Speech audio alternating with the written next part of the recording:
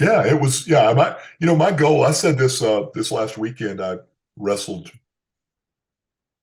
Red Dog. I'm playing it through my head now, trying to figure out, okay, when is that going to air on whatever it's going to air? It wasn't in NWA, but yeah, it was a wake up call, and my goal when I got into professional wrestling was to have a match. And I remember having the match going, first off, I can't breathe, and I don't know why, because the cardio and the adrenaline flowing is nothing like anything else that I'd ever experienced. And my second thought was, okay, I want to do that again, and I want to get better. So that was my goal. People have said, was it your goal to win the NWA World Title? No, absolutely not. I wanted to have a match.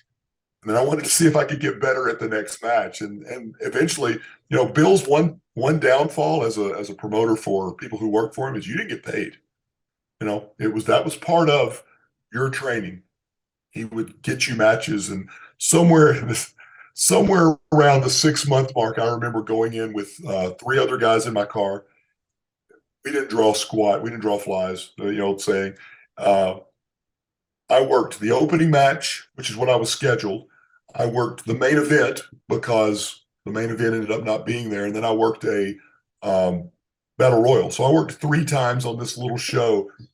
And afterwards, Bill called me in. He goes, "You drove, right?" And I said, "Yeah." And he goes, "Well, you saw we didn't draw much, um, so I can give you this. I can help you with gas." And he gave me a $10 bill for the four of us in the car. And I remember going to Waffle House and giving mine to one of the other guys, going, what am I going to do with, what is that, $3.33? Yeah. So that was normal. We talk about paying our dues. That was paying our dues. As somebody who's, again, you've been wrestling for decades now, I'm sure there's pluses and minuses to everything. How do you feel about that evolution of paying your dues having changed? Because I know one take is everybody can get in now. It's too easy. There's too many people. And I can definitely see points to that. On the other hand, you can say a lot of people weren't necessarily treated well back then.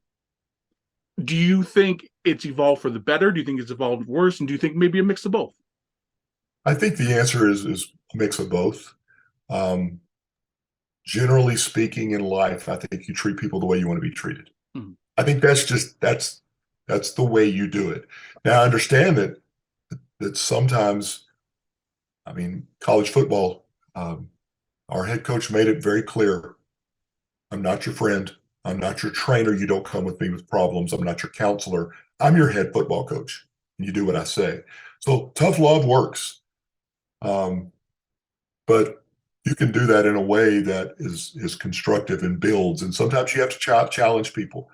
But I also completely agree that I think it's become not just too easy to, well, let's put it this way: it's too easy to say that you're a trained wrestler Mm-hmm. when you're not.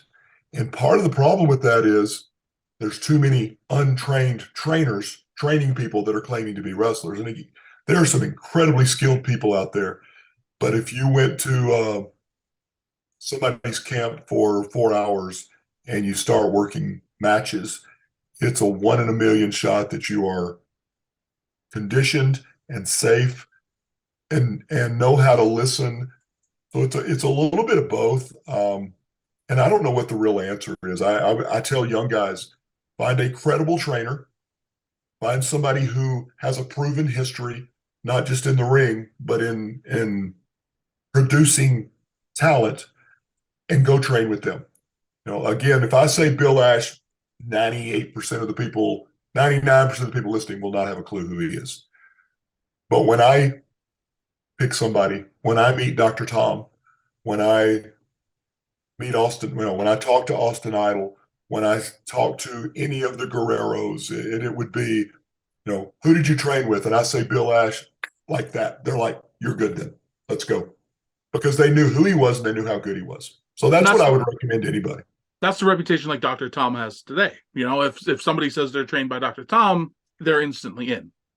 Because he is that good. Mm-hmm. And I mean, I have had the pleasure with NWA primarily of sitting and having good conversation and sitting under the learning tree, even at 59 now for me, um, and talking to him. And the number of guys, and I'm not going to say any names because just this last loop, I had 2 or 3 different guys tell me Dr. Tom doesn't understand how big of an influence he was for me personally as a professional wrestler. And it's guys that are top guys that have been in every organization. He's just knowledgeable. He communicates well. He's humble.